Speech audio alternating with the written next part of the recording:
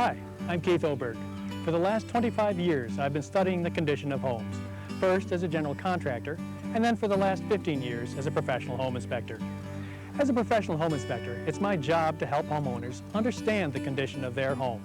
Today, property assessment must go well beyond an inspection of the roof or of the foundation to include significant environmental issues such as indoor air quality. So let's go inside and take a closer look.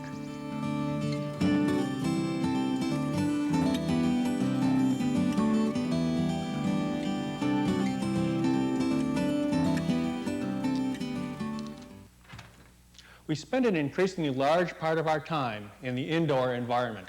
Therefore, the quality of the air in our homes is quite important to our health. Experts are becoming increasingly aware that the quality of the air in our homes is not as good as it should be. One of the more common and yet potentially dangerous indoor air quality problems is caused by mold. Mold is the latest of several environmental issues to have entered our awareness in the last decade and a half. While this issue, like radon, lead, and asbestos, may eventually fade from the newspaper headlines, the problem is not going to go away. Mold is a part of nature's grand recycling system, and it is here to stay. Homeowners need to become much more aware of this potential health threat. It is important for you as a homeowner to understand the mold issue in order to help prevent mold in the first place, and secondly, to help you deal effectively with the problem if it does arise in your home. As always, knowledge is the key ingredient with dealing with any problem, including mold. This educational video should help you understand mold, what it is, why it is a concern, how it is identified, how it is prevented, and what your remediation options are if it is found. Let's start with a quick overview of indoor air quality problems associated with homes.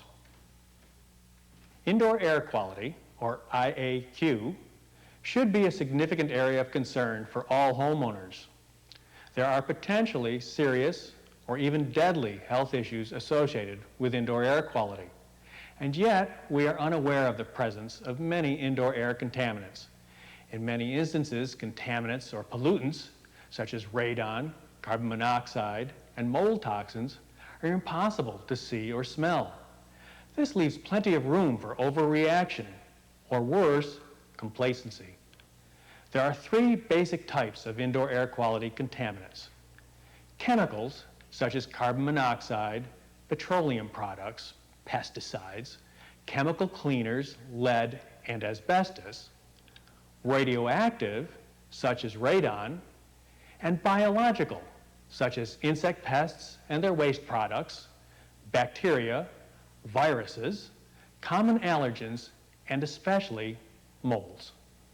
Biological interactions are a normal part of life on Earth and have been occurring since life first appeared. We have evolved in a world of continuous biological interaction.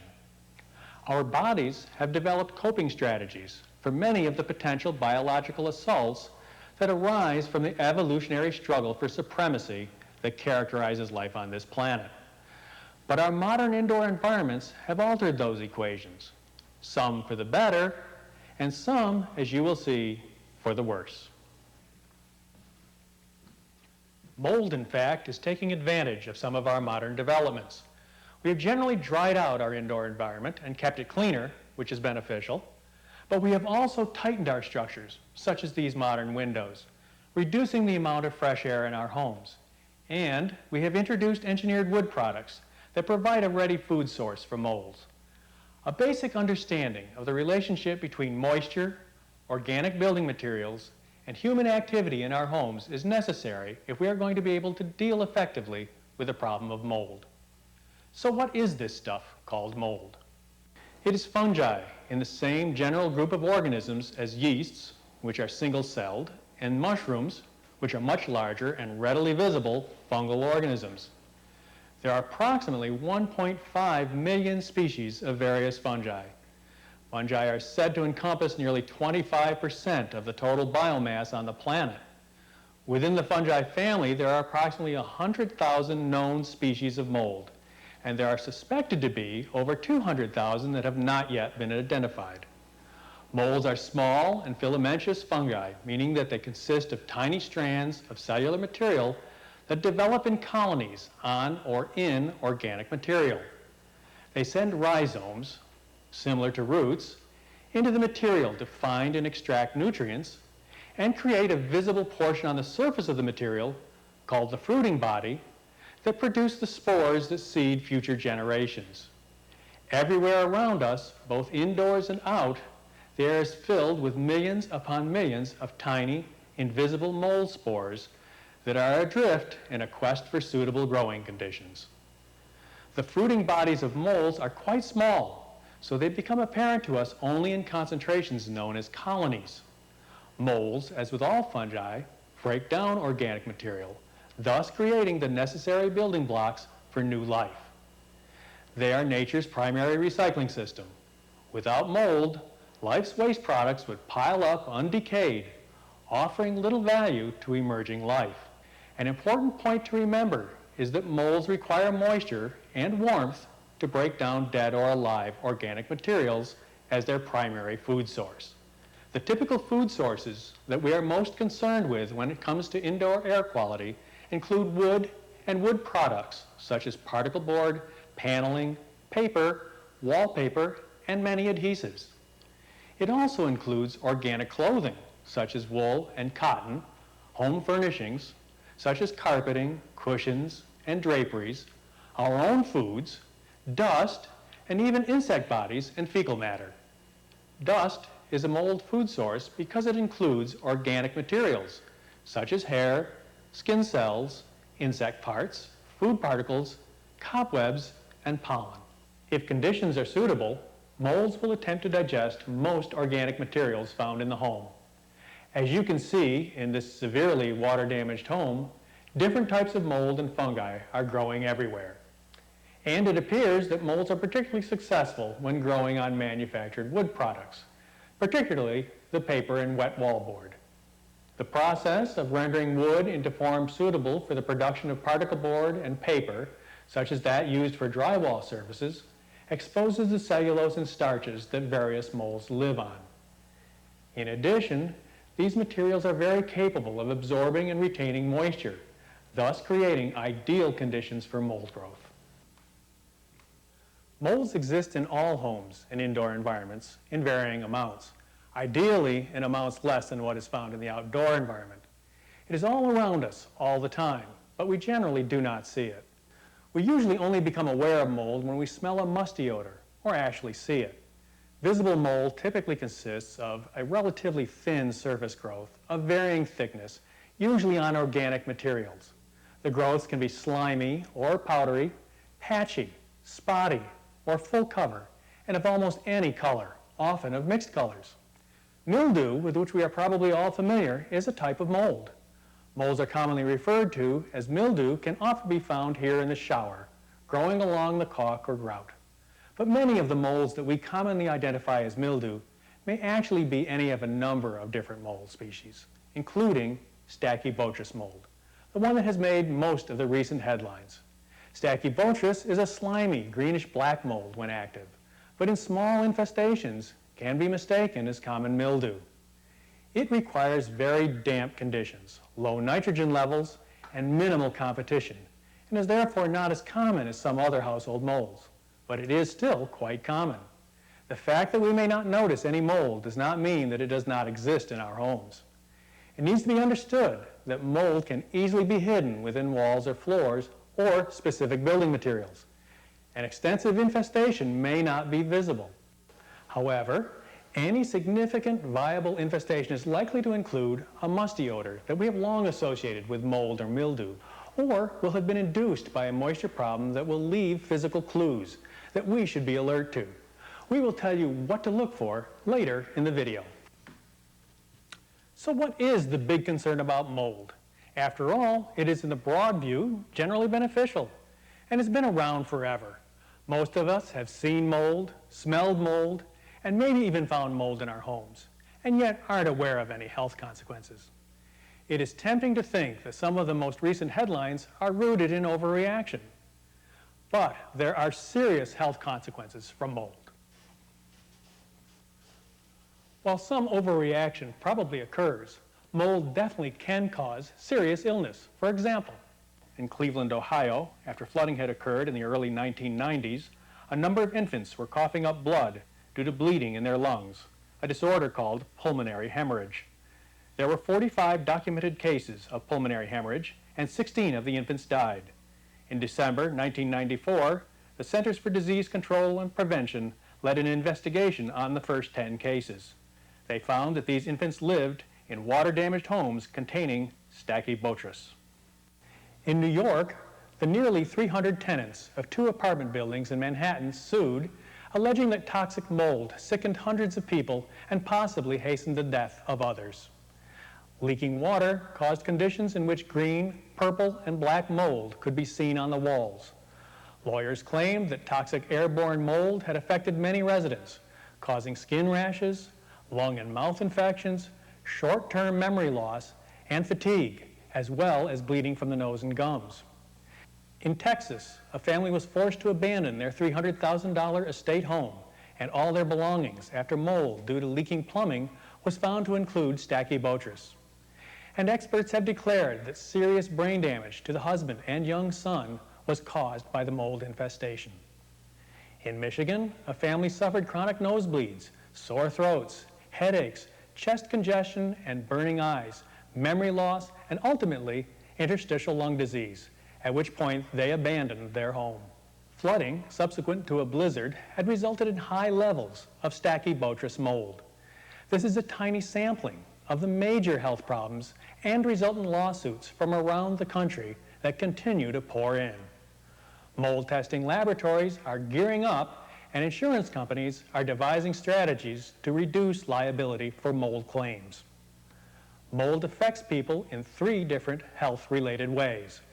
It can be a pathogen, an allergen, or a toxin, or any combination of the 3. A pathogenic mold is an infectious organism that grows within or on the body, causing harm in the process. Several fungi or molds act as pathogens, causing such diseases as athlete's foot and dandruff, which affect the skin. Another type of mold is Aspergillus. It is one of the most common molds in homes and is potentially pathogenic. Pathogenic lung infections, such as aspergillosis, can be very serious, but are relatively rare from the residential indoor environment and are usually associated with already health-impaired individuals in such settings. Mold-related lung diseases are much more likely from agricultural exposure to high levels of several plant molds. Nonetheless, exposure to pathogenic molds in the home is a very serious hazard to someone with an impaired immune system or enhanced sensitivity. Numerous molds are allergens, meaning that when contacted, primarily by respiration, they result in an allergic reaction. Histamines in the body react, producing antibodies, which attack the perceived invader. The allergic response can occur whether the mold is alive or dead. Molds that are most common in indoor environments include Cladosporium, Aspergillus, Alternaria, and Penicillium, all of which are potential allergens. Allergic reactions to molds are very common and are associated with exposure to spores, the seeds produced by the molds, and the hyphae, the mold structures. The allergic responses are the same as those produced by other common allergens. They include wheezing, chest tightness, short breath, nasal congestion, eye irritation, etc., and can, in extreme cases, become very serious or even life-threatening. Most of us have probably experienced some level of allergic response to mold at one time or another in our lives without being aware of the precise source of our discomfort. Toxin-producing molds are potentially the most serious threat and are the sources of most of the headline-producing horror stories of the last few years. Numerous molds produce toxins, and many molds produce numerous toxins. The toxins are poisons, attacking cellular structures or function. They are numerous in type, but generally consist of volatile organic compounds released directly into the air. The toxins can also be incorporated in the airborne spores or other mold particles. The most infamous of the toxin-producing molds is Stachybotrys. The interaction between molds and the mechanisms which result in health threats to humans are not fully understood, but a few facts can help in our understanding. Molds produce toxins as a defense mechanism in their competition with other molds. They literally battle each other for supremacy by using toxic chemical warfare. People simply get caught in the crossfire. Molds may produce large or small amounts of toxins based on environmental conditions. Molds that have existed within a building structure for a period of time without any noticeable health effects may suddenly cause illness. That's because the production of toxins may be a response to the stress for mold.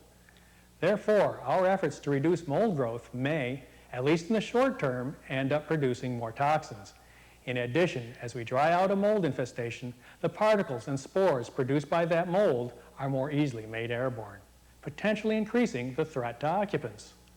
Mold's harmful effects are directly attributable to the level of an individual's exposure, which can vary significantly depending on air movement and the location of the infestation in the house. One of the most basic engines of air movement in a house is called stack effect, which is based on the basic principle that warm air is lighter than cold air and therefore rises. As air is warmed in our homes, either naturally or by an installed heating system, it rises, creating a negative pressure at the lower levels. Mold growth in areas below the living space is much more likely to cause health-related issues than mold in areas above the living space, because air currents will generally carry mold particles and toxins from the lower areas to higher areas. Finally, the health effects of mold are highly dependent on the specific sensitivity of the exposed individual, whether as a pathogen causing infection, an allergen causing an allergic response, or as a toxin causing cellular damage. So let's take a look at some strategies for dealing with the mold issue. First, the most important strategy is prevention. Mold requires moisture, warmth, and a food source. Control of moisture is the easiest and most important way to control mold. Any excess moisture in a home that lasts more than a couple of days is likely to result in significant mold growth. Therefore, controlling moisture is the key to controlling mold. Let's explore the sources of excess moisture and the ways to control each of them. Homes with below-ground living spaces, such as finished basements, are the most likely locations for excess moisture problems. But any space subject to flooding will breed mold unless the moisture is quickly and effectively removed. Water from flooding, fire suppression, or burst plumbing can cause significant immediate damage as well as mold growth. These types of events are sometimes covered by homeowners insurance, and indeed many of the lawsuits regarding mold-related health issues are against insurance companies for allegedly failing to protect clients against resultant mold infestations. Rapid removal of moisture is critical. Water-soaked materials must be dried or removed within 24 to 48 hours in order to prevent mold growth. Significantly water-damaged materials should be disposed of rather than just dried. We'll talk about more specific recommendations for dealing with water-damaged materials later in the video. The next most common source of mold development is probably groundwater seepage into basements or enclosed crawl spaces. To reduce the likelihood of groundwater seepage, improving the exterior grades to slope away from the house, installing effective basement window wells, improving or better maintaining roof gutters and downspouts, or installing larger roof overhangs to better direct water away may all be effective. Diversionary ditches, called French drains, may be helpful where more comprehensive regrading is not possible. When these measures are not sufficient, the installation of interior applied damp proofing on foundations, hydraulic foundation crack sealers, or interior perimeter drainage and sump systems may be required. In the worst cases, exterior excavation of the entire foundation to the footers and the installation of a drainage system at the footer level may be necessary. In any case, you should monitor your basement or crawl space closely for moisture entry and correct any water control deficiencies as soon as possible. This crack in the foundation wall shows moisture entry and should be controlled. Inadequate flashing details around the home are another common source of excess moisture problems. Flashings are the barriers installed wherever one exterior surface attaches to another to prevent water entry into the structure. They are applied, for instance, around doors and windows, at the juncture of roofs and sidewalls, at chimney and plumbing vent pipe penetrations, projecting foundations, and at attached structures such as decks. These details are often poorly installed, omitted, or inadequately maintained. Inspecting for proper flashings and monitoring these areas for leakage should be a part of aware home ownership. Correcting such defects as soon as found is critical. Damaged siding or roofing in general may also allow water entry and result in mold growth if not discovered and corrected immediately. Not all leaks of this sort result in mold growth. Leaks which are relatively infrequent and materials that do not readily absorb and retain water will allow fairly rapid drying between occasions of leakage and will not allow mold growth. Another cause for excess moisture buildup in the house is condensation. Condensation occurs when relatively warm, moisture-laden air meets cold surfaces.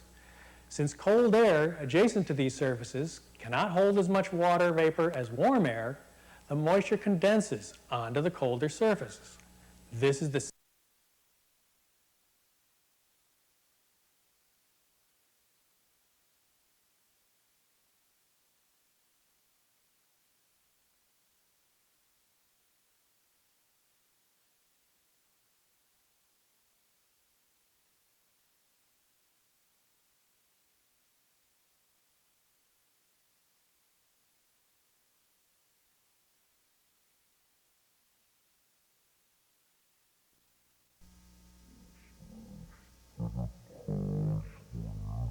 a glass of ice water on the table in summer. A puddle of water occurs. In many instances around the home, condensation can become chronic, leading to mold growth. Cold surfaces are most likely found in crawl spaces, basement, or attic areas. Condensation and resultant mold is often found on the underside of roofs and where wood framing meets the foundation at the perimeter of crawl spaces and basements. Condensation can also occur at certain interior surfaces of exterior walls, whenever exterior temperatures are significantly colder than the interior temperatures. Interior surfaces that are most susceptible are those that are uninsulated or poorly insulated and that are located in areas of poor air circulation, such as behind furniture and in closets. Excess moisture in the air may be from many sources in the home, but most commonly is being caused by damp basements or crawl spaces. The installation of vapor barriers, which are any material that prevent moisture from moving from one area to another on the soil in such areas, can be helpful in reducing moisture content in the air in homes. Rolled plastic sheeting is the most commonly used vapor barrier for covering the ground in a crawl space. Other sources of excess moisture in home air can be from malfunctioning or missing bathroom and kitchen ventilators. All ventilators should exhaust directly to the exterior of a home, not into the attic or crawl space. Open plumbing vents within the living space, crawl space, or attic can allow large amounts of moisture to enter these confined areas, as well as sewer gas. Plumbing vents must exhaust to the exterior of a building. Inadequate venting of gas appliances can introduce massive quantities of moisture as well as carbon monoxide into the home. The combustion of natural gas releases large amounts of water vapor, which should exhaust outside the home. Blockage in chimneys or vents or inadequate draft will cause moisture to be released into the home. The release of moisture can be harmful to your home, but the release of carbon monoxide can be deadly. Make sure you buy and properly maintain carbon monoxide detectors for your home. Clothes dryers that exhaust into the house rather than to the exterior are also likely sources of excess moisture. Dryer vents should regularly be checked to make sure they are not clogged and that they exhaust to the exterior. Other moisture sources include air conditioners, humidifiers, dehumidifiers, and refrigerators. Air conditioners and humidifiers are notorious sources of noxious growths. The interiors of air conditioners and humidifiers are always damp and are often poorly cleaned or maintained. These devices then blow the pathogens, allergens, and toxins from the almost inevitable mold growth into the entire building. Appliances that cool or dehumidify produce condensate, which is the water that they remove from the air during operation. Leakage or chronic moisture buildup in devices intended to handle this condensate may also contribute to mold growth. Proper maintenance and cleaning of these devices is very important in controlling mold. Lifestyle issues may also contribute to excess moisture and mold. Excessive cooking, excessive numbers of houseplants, excessively long hot showers, and the lack of use of existing ventilators will add moisture to the house. Vines, shrubs, and trees against the house may contribute to mold problems by retaining moisture against the structure. Structures should always be kept free of such growth. Firewood and other such moisture-retaining materials should not be stored in the house. Hidden, low-volume plumbing leaks are another source of damaging moisture and mold growth. The most common areas for these leaks are below sinks and below showers, but can occur anywhere the plumbing is installed and is out of sight. Hidden, low-volume plumbing leaks are a fairly common source for serious mold growth. Monitoring for any staining, mold odor, or other evidence of leakage is the only real defense against such a source. Devices such as ventless gas space heaters or kerosene heaters produce large amounts of moisture when operating and can build up in homes. These devices are meant for infrequent supplementary use and should be operated only with good ventilation.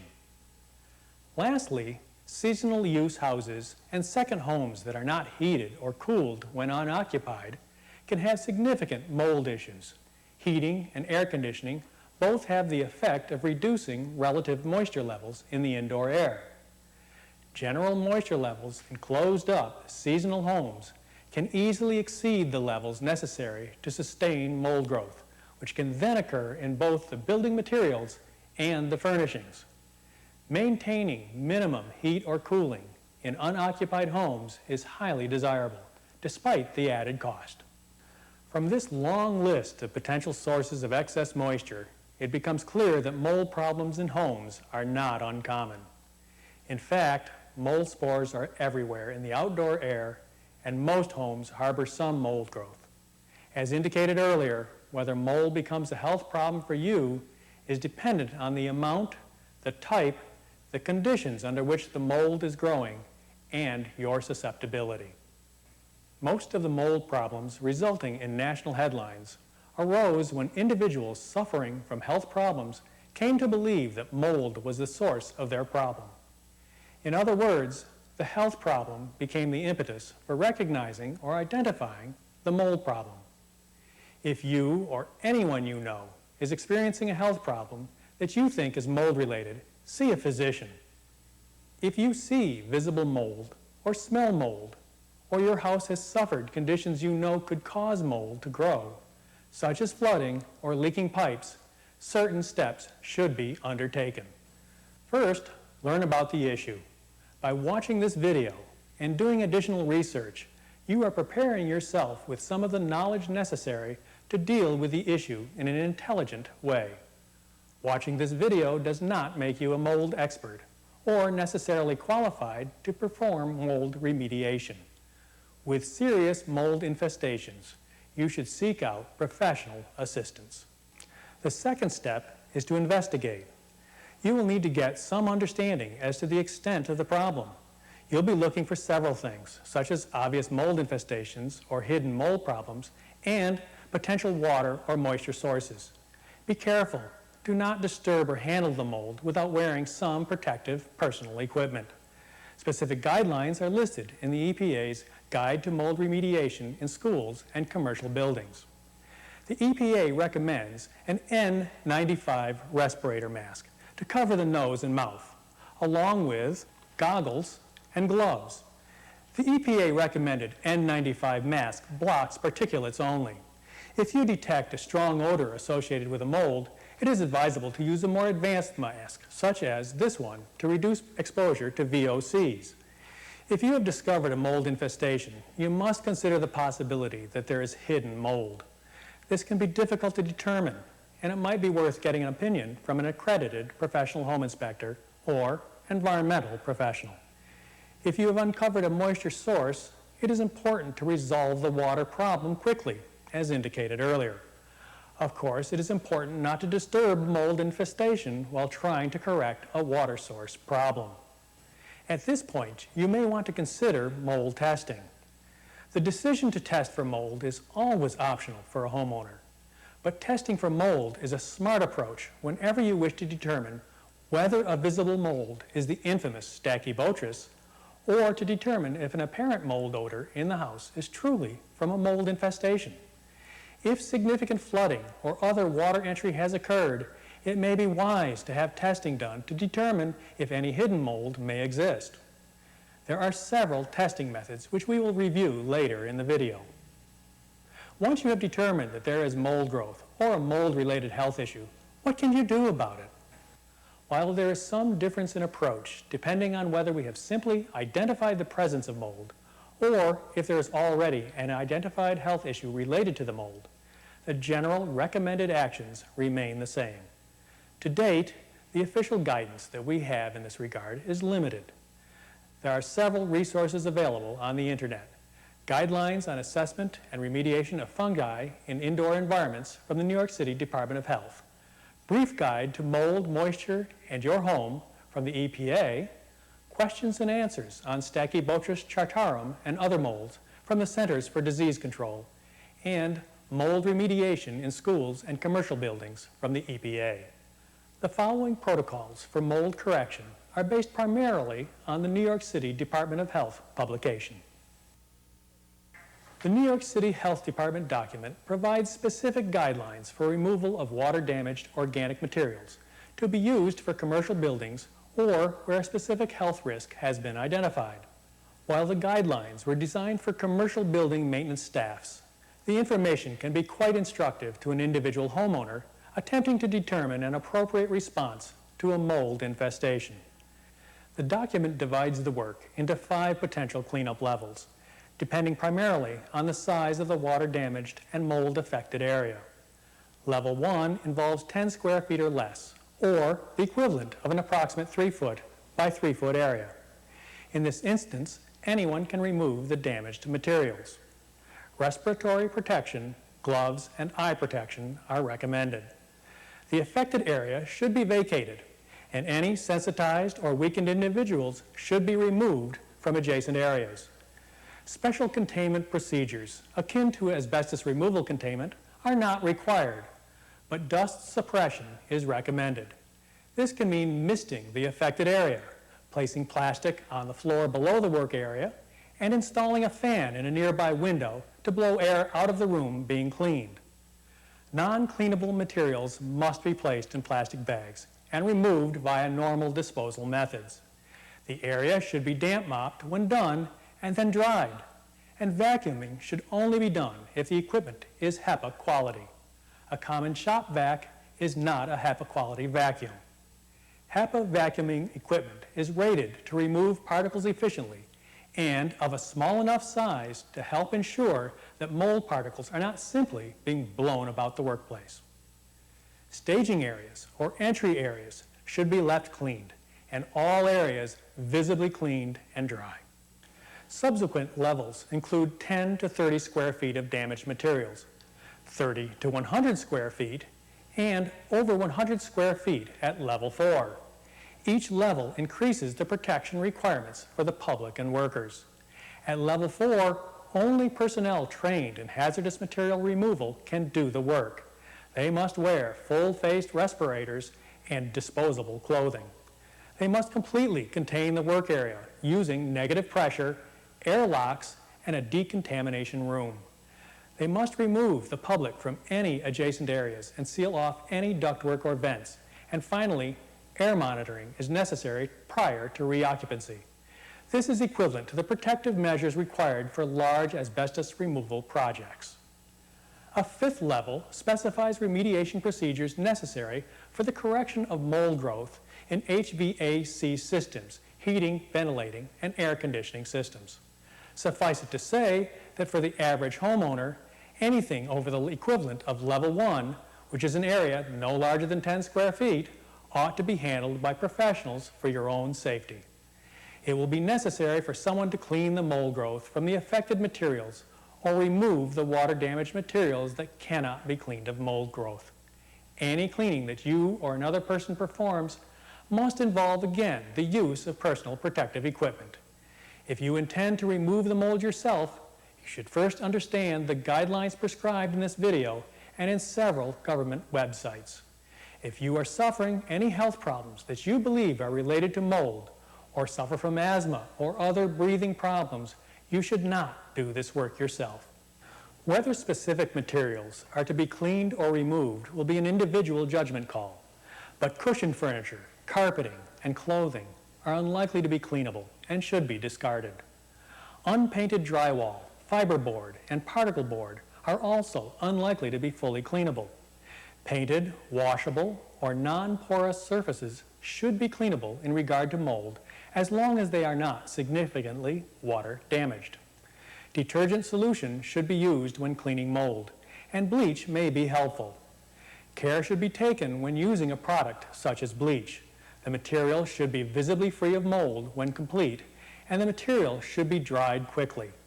Biocide aerosols are not recommended due to potential health effects of the biocides. If the moisture damage is in walls or mold is suspected within walls, the material should be removed. Great care should be taken when doing the work because the disturbance could make the situation much worse for reasons indicated earlier and because the activity will increase exposure. As with all environmental remediation or correction procedures, you need to know when you have been successful. For the remediation to be considered complete, there must be no more moisture source. There should be no visible mold or mold odors, and there should be no evidence of new mold growth after a few days. Air testing should reveal mold levels equal to or less than exterior background levels, and no mold-related health symptoms should be occurring for the home's occupants.